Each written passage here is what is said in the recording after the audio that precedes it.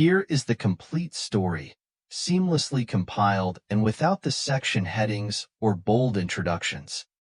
On an otherwise unremarkable Tuesday night in the sleepy town of Rathsmere, beneath a sky so black it seemed to leach the color from the world, the veil between reason and madness ripped open. Not that anyone noticed at first. It began subtly, like the first whispers of a faraway storm, creeping through the cracks of reality. The event that changed everything would come later, but the true terror had already arrived, carried in a gleaming ship of impossible geometry. The ossuary, as it would later be named, materialized above the woods that hugged the outskirts of the town, its surface pulsing like the skin of some enormous, alien heart. A faint sound, akin to a child humming a nonsensical tune, echoed through the trees as the ship lingered. To those few who saw it, it appeared as a shimmering black pyramid, yet it twisted when observed for too long, warping into loops and knots the mind couldn't parse. It would have been beautiful if it wasn't so utterly wrong. The first child was taken that night. Molly Quinn, age 7, from her pink and white bedroom that smelled faintly of crayons and orange peel. She was there one moment, asleep in bed, and gone the next, replaced by a perfect cube of glass filled with a faintly luminous green liquid. Her parents didn't discover the substitution until morning, when the pale winter light gleamed off its surface, and their screams woke the neighborhood. But the cube wasn't the strange part. The strange part was the whisper. It came from the glass, faint but unmistakable, speaking not in words but in meanings that scraped at the edge of sanity. She is awake now, and the dream is ours. By the end of the first week, 9 more children had disappeared. There were no signs of forced entry, no broken locks, and no witnesses. Each abduction left behind the same glass cube, which hummed softly when touched, resonating in the chest like the purr of some massive, alien beast. Panic swept through Rathsmere like wildfire. Parents barred windows and stayed up all night clutching knives, crucifixes, or whatever talismans they believed might ward off the nightmare. It didn't help. The ossuary continued its silent harvest, plucking children from locked basements and fortified safe rooms with impunity. The cubes they left behind began to hum louder, the whispers growing bolder, spilling fragments of cryptic messages. The scaffold breathes.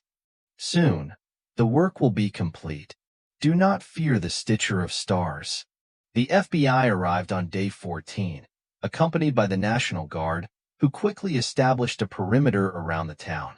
Helicopters scoured the forests, thermal imaging drones buzzed overhead, and sleep-deprived agents interrogated every resident.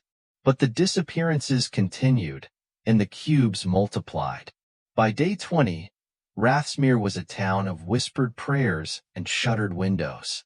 No one went outside after dark. No one answered the knock that sometimes came at night, a knock that sounded like a child's small, trembling fist. The cubes were taken to a temporary lab set up in the local high school gymnasium, where scientists pored over them in futile attempts to unlock their secrets. One evening, as the lead researcher, Dr. Eileen Vargas, examined a cube under a scanning electron microscope, the whispers grew deafening. She stared into the glass, her breath fogging its surface, and felt the presence within. It was Molly Quinn, or what was left of her. Eyes that were not eyes blinked back at her, shimmering in impossible colors. Molly's lips, or what served as her lips now, moved soundlessly, but her thoughts screamed into Vargas's skull. Help me. The scaffold is eating us. And then the cube shattered. Dr. Vargas was found the next morning, her body fused to the ceiling, twisted into a spiral like a grotesque child's scribble. Her face was frozen in a rictus of joy, or perhaps horror. It was impossible to tell. As the abductions continued, survivors began to speak of strange dreams. Parents of missing children reported vivid, shared visions of a colossal structure suspended in the void, its spires writhing like the tendrils of some deep-sea leviathan. Inside, countless children floated in cocoons of light, their bodies warped into shapes that defied comprehension. They were singing, their voices weaving a symphony of madness that thrummed through the dreamer's bones. The ossuary grew bolder, descending lower over Rathsmere, its surface now crawling with shapes. No, creatures that seemed to spill from its edges. They resembled children but were grotesquely stretched, their limbs unervingly long and their faces smooth and featureless. They moved in a jerky, puppet-like fashion, as if controlled by invisible strings, and they sang in voices like broken music boxes. Their song was one word repeated over and over, growing louder with each night. Ascend. By the end of the month, the ossuary loomed directly above Rathsmere, blotting out the sun and casting the town in perpetual twilight. Those who hadn't fled were either taken or driven mad by the constant whispers. The cubes now littered the streets, glowing brighter and emitting a low-frequency hum that rattled teeth and shattered glass. And then, on the 31st day, the tether descended.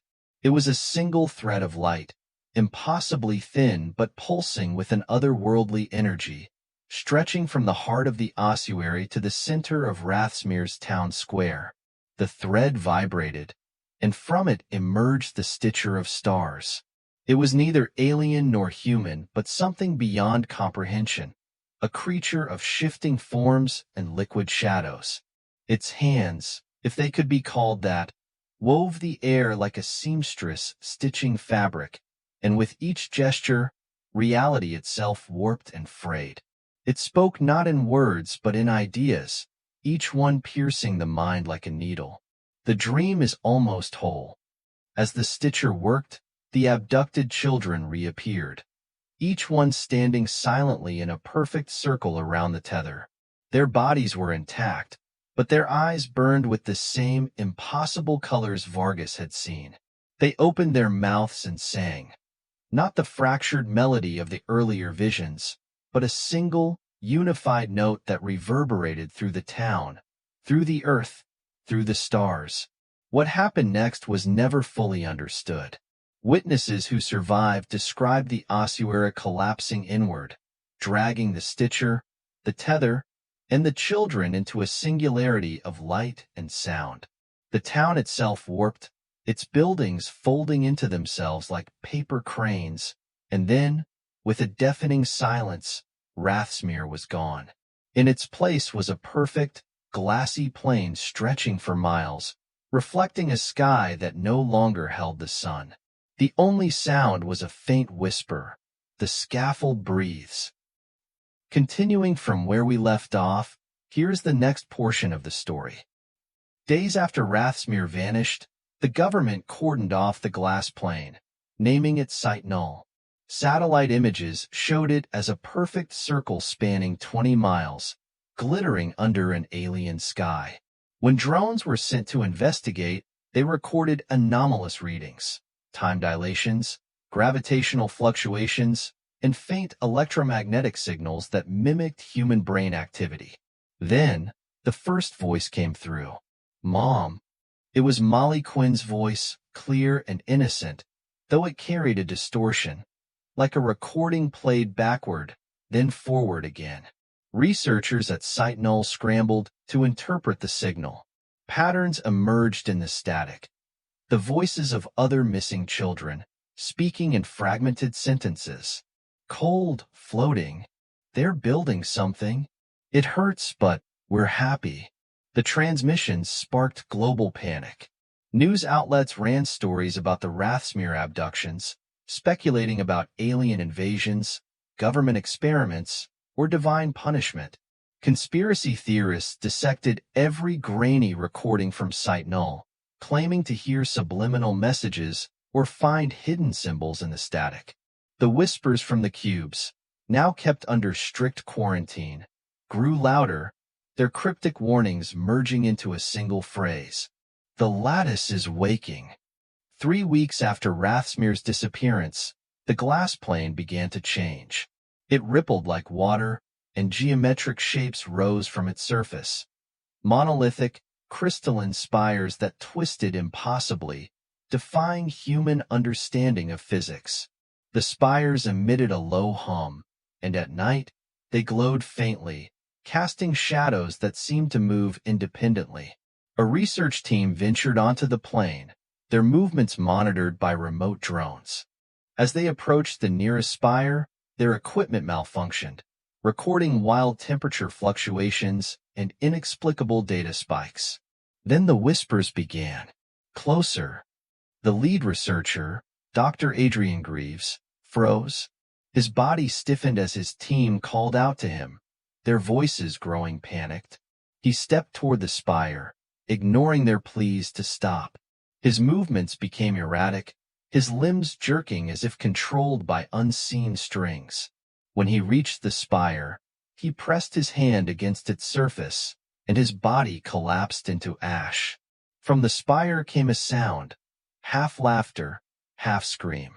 The remaining team fled, but the whispers followed them back to base, growing louder until they drowned out all other noise. That night, the spires pulsed with light, and the whispers across the world ceased. Instead, a single voice filled the silence, calm, deliberate, and inhuman. The children dream. The lattice grows. Prepare. As the world grappled with the meaning of the voice, the stitcher of stars reappeared. This time, it did not confine itself to Site Null. Across the globe, sightings were reported. A shifting, amorphous figure emerging in cities, forests, and deserts. It appeared only at night, its form shimmering like oil on water, its hands weaving unseen threads in the air. Witnesses described feeling an overwhelming sense of awe and terror, as though they were staring at something divine and grotesque. Wherever the stitcher appeared, children vanished. In Tokyo, a playground emptied in seconds, leaving behind only a faint hum and an array of small glass cubes. In Cairo, a school bus vanished mid-journey, replaced by a crystalline structure that vibrated when touched. These abductions followed no pattern. Age, nationality, wealth, or religion didn't matter. The children were taken indiscriminately, and the whispers grew louder in their wake. Religious leaders declared it the apocalypse, while scientists scrambled to understand the phenomenon. Some theorized that the stitcher was constructing a neural network across dimensions, using abducted children as biological nodes. Others claimed it was reshaping reality itself, bending the fabric of existence into something unrecognizable. One thing was certain: the stitcher was not working alone. In the weeks that followed, reports of strange beings surfaced worldwide.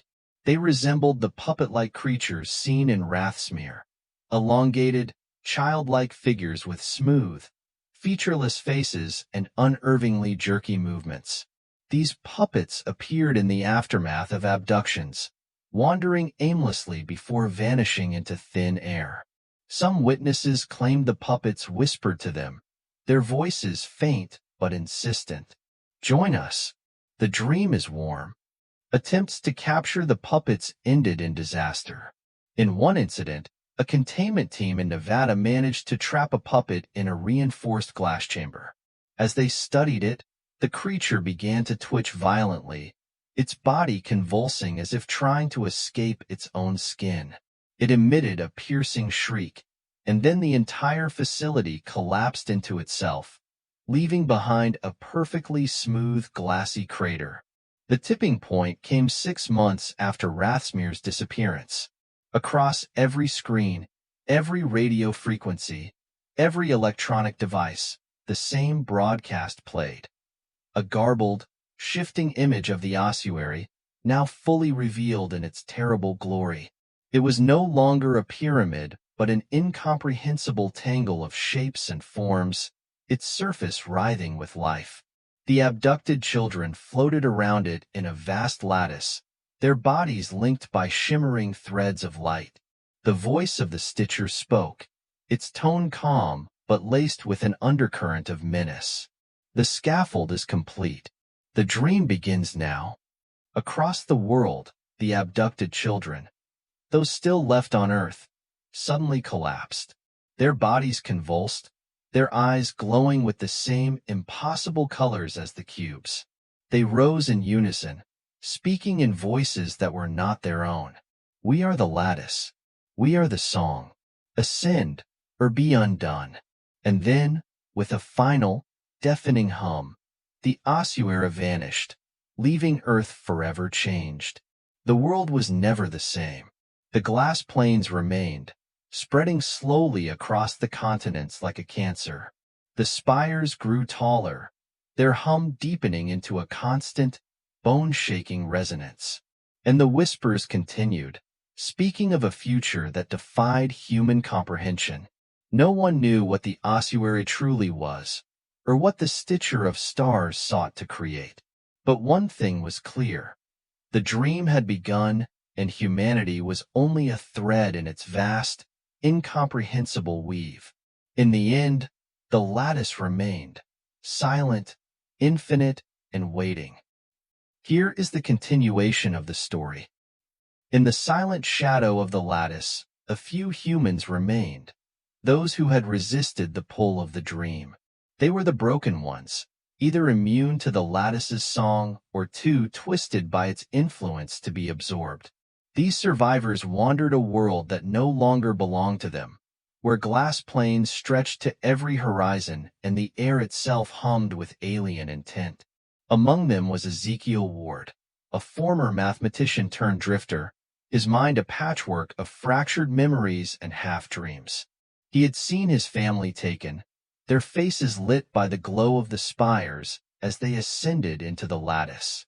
Now, Ezekiel carried their glass cubes in a weathered satchel, the whispers within his constant companions. "It's not done," one voice murmured. It belonged to his youngest daughter, Lucy.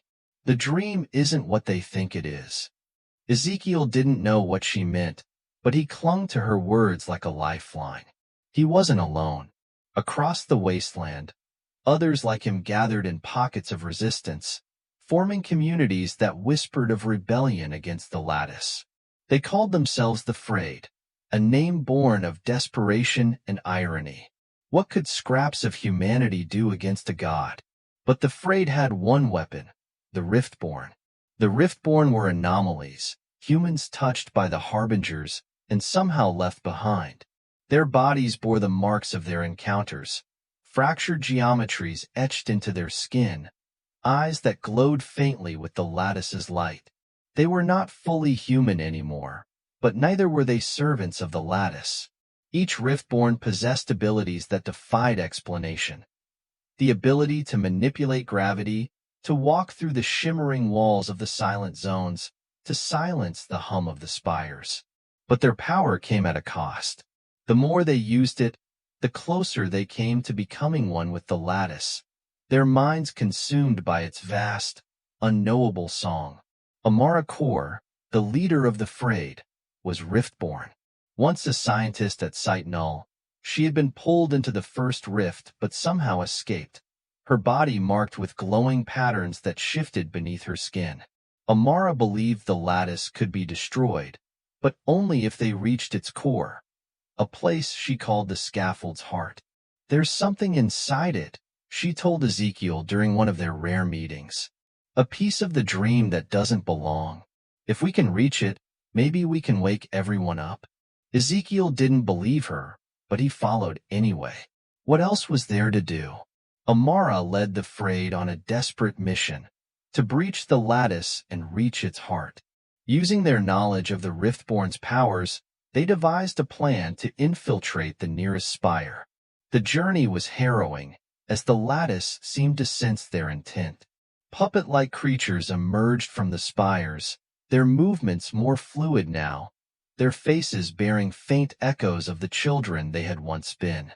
"Help us," one of them whispered to Ezekiel as it lunged for him, its glassy fingers sharp as knives. By the time they reached the base of the spire, Only 7 of the original 25 remained. The spire pulsed with light, its surface shimmering as if alive.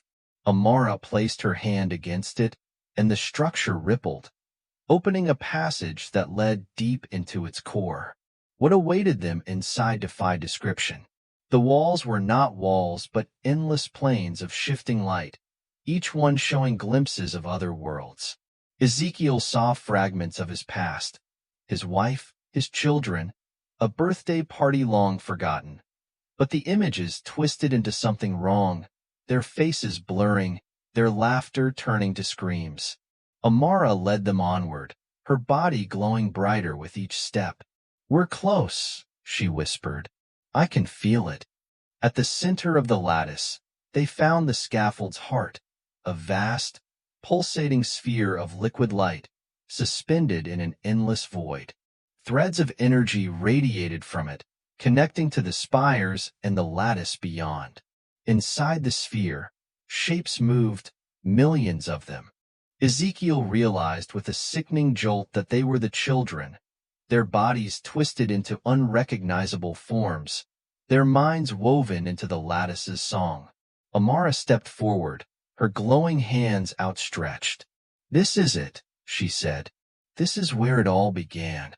As she reached for the sphere, a voice boomed through the void, shaking the very fabric of reality. "You do not belong." The stitcher of stars emerged, its form even more incomprehensible than before. It loomed above them, a shifting mass of shadows and light, its hands weaving threads of reality with impossible speed. "You are threads unraveled," it said, its voice resonating in their bones.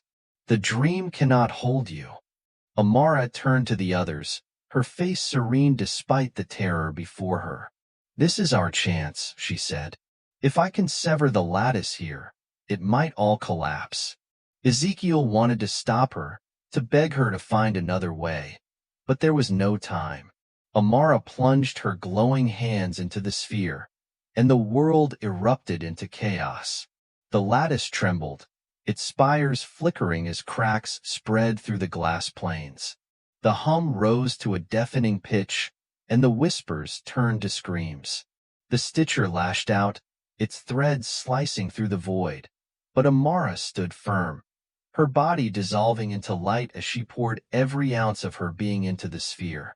For a moment, Ezekiel saw the lattice for what it truly was, a prison. Not for humanity, but for something far older and far more dangerous. The children weren't just nodes in the dream. They were its jailers, their innocent minds used to contain a force that could unravel reality itself. As the lattice collapsed, Ezekiel heard Lucy's voice one last time. "Thank you, Daddy." And then the light consumed everything. When Ezekiel woke, he was lying on a field of grass beneath a sky filled with stars. The lattice was gone, its spires reduced to shards of glass scattered across the landscape. The children who had been taken lay nearby, unconscious but alive, their bodies whole and untouched. The world was quiet for the first time in years. Ezekiel sat up, his heart heavy with the knowledge of what had been lost and what had been freed. Somewhere, deep in the void, the stitcher of stars still worked, weaving its incomprehensible threads. But for now, humanity had been spared. The dream was over, or so they thought. Here is the epilogue and the conclusion of the story. Centuries passed. The Earth was no longer Earth. The lattice had consumed it entirely, transforming the planet into a shimmering construct that stretched across the void. From a distance, it resembled a colossal web of light, its threads pulsating with the thoughts and dreams of billions. Within the lattice, the abducted children still sang, their voices a part of the eternal symphony that powered the construct. They were no longer individuals but nodes in a vast, incomprehensible mind, a mind that now stretched across the stars. The ossuary had not been a ship. It had been a seed, planted on Earth to grow the lattice. The stitcher of stars was its caretaker, the harbingers its guardians, and humanity its unwitting architects. As the lattice expanded into the cosmos, it began to reshape reality itself, bending the laws of physics to its will. New rifts opened, spreading the dream to other worlds, other civilizations. The lattice grew, its song resonating through the universe, a beacon of both beauty and horror. And at its center, the stitcher of stars continued to weave, its work never-ending, its purpose unknowable. For in the end, the lattice was not just a machine. It was a god, and humanity had become its prayer. The thread and the weaver. The world struggled to rebuild. Where the lattice had once stood, nothing remained but endless expanses of crystal shards glinting under an unfamiliar sky. The silent zones had ceased their expansion, and the hum was gone, replaced by a profound stillness that unnerved those who survived. The children returned, but they were not the same. Though their bodies were untouched, their eyes bore the weight of something far older. They spoke rarely, and when they did, their words were cryptic and unsettling, hinting at truths no human could comprehend. Ezekiel Ward stayed near the plains, haunted by what he had witnessed. The glass cubes in his satchel were silent now, their whispers replaced by an empty hum that pressed against his chest like grief. He spent his days walking among the shards, searching for answers he feared might break him. And then, one day, he found her. Lucy stood at the edge of a fractured spire, her small frame bathed in the light of the setting sun. She turned to him, her face calm, her eyes filled with that same impossible glow he had seen in the Riftborn. "Daddy," she said, her voice soft but steady. "It's not over." Ezekiel knelt before her, his heart pounding. "Lucy," he whispered, "you're back. You're safe." She shook her head. "Safe isn't the same as free. None of us are free, not really." Her words struck him like a blow. He wanted to argue, to insist that they had won, that the lattice was gone. But deep down, he knew she was right. The silence felt too heavy, as if the absence of the lattice was itself unnatural. "What did we do?" he asked, his voice breaking. "What was the lattice really for?" Lucy's glowing eyes flickered, her expression unreadable. "It wasn't a prison, Daddy. Not for us. It was a barrier. A dam holding back the flood." "The flood?" Ezekiel felt a chill crawl up his spine. She nodded. The dream wasn't just theirs. It was everything. The lattice kept it contained, kept it small enough for us to understand. But now, she gestured to the horizon, where the shards of the lattice seemed to shimmer with faint, residual energy. Now it's awake, and it's hungry. As night fell, the stars began to shift. Ezekiel stared up at the sky, his breath caught in his throat. The constellations twisted and swirled, forming shapes that defied logic. Vast, writhing forms that seemed to move closer with every passing second. They were impossibly large, their edges bleeding into dimensions Ezekiel's mind couldn't grasp. "They were never harbingers," Lucy said quietly. "They were reflections, shadows of what's really coming." A deep, resonant sound filled the air, a hum that shook the ground and made the shards tremble. It wasn't the lattice's hum. This was something far older, far more profound. The air grew heavy, and the horizon warped, bending inward as if the fabric of reality itself was being pulled apart. "The Stitcher wasn't building a prison," Lucy continued, her voice steady despite the chaos. "It was weaving a bridge." Ezekiel's knees buckled, and he collapsed onto the ground, clutching at the glass shards as if they could anchor him. "What do we do?" he whispered, tears streaming down his face. "How do we stop it?" Lucy knelt beside him, placing a small hand on his shoulder. "You can't stop it, Daddy, but you can choose what happens next." From the sky, the first of the true harbingers descended, a being of pure light and shadow, its form incomprehensible.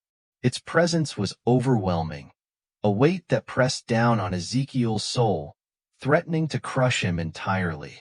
Lucy rose to her feet, her small figure dwarfed by the being. "They don't hate us," she said, her voice soft but clear. "They don't even see us. To them, we're just threads in the weave." Ezekiel looked up at her, his heart breaking. "But you see us. You're still my little girl." She smiled, a sad, knowing smile that carried lifetimes of wisdom. "I'm still here, but I'm part of them now, too." She reached out her hand, and the shards around them began to rise, swirling into the air like glittering dust. The hum of the Harbinger deepened, resonating in Ezekiel's chest. "There's a way to guide the weave," Lucy said. "A way to give it purpose. If you come with me, you can help me shape it. Together, we can make something beautiful, something that lasts." Ezekiel's breath hitched. "And if I don't?" Lucy's glowing eyes dimmed slightly. "Then it will take everything, and we'll be nothing more than echoes. The dream will continue without us, but it won't care. It will just be." He stared at her, his mind racing. The weight of the choice pressed down on him, more crushing than the Harbinger's presence. Finally, he nodded, tears streaming down his face. "I'll go with you," he whispered. "Just don't leave me." Lucy's smile widened, bright and pure, and she took his hand. "I never will." The Harbinger's light enveloped them, and Ezekiel felt his body dissolve into the weave. For a moment, there was pain, searing, all-consuming, but then it was replaced by a profound sense of connection. He could feel everything, the threads of the lattice stretching across the cosmos, the pulsing rhythm of the dream, the countless voices of the children, singing in harmony. And he could feel Lucy, her presence like a warm flame guiding him through the vastness. Together, they wove a new lattice, not a prison, not a bridge, but a sanctuary. A place where the threads of humanity could exist alongside the incomprehensible, where the flood could be shaped into something meaningful. For the first time in eons, the dream had purpose.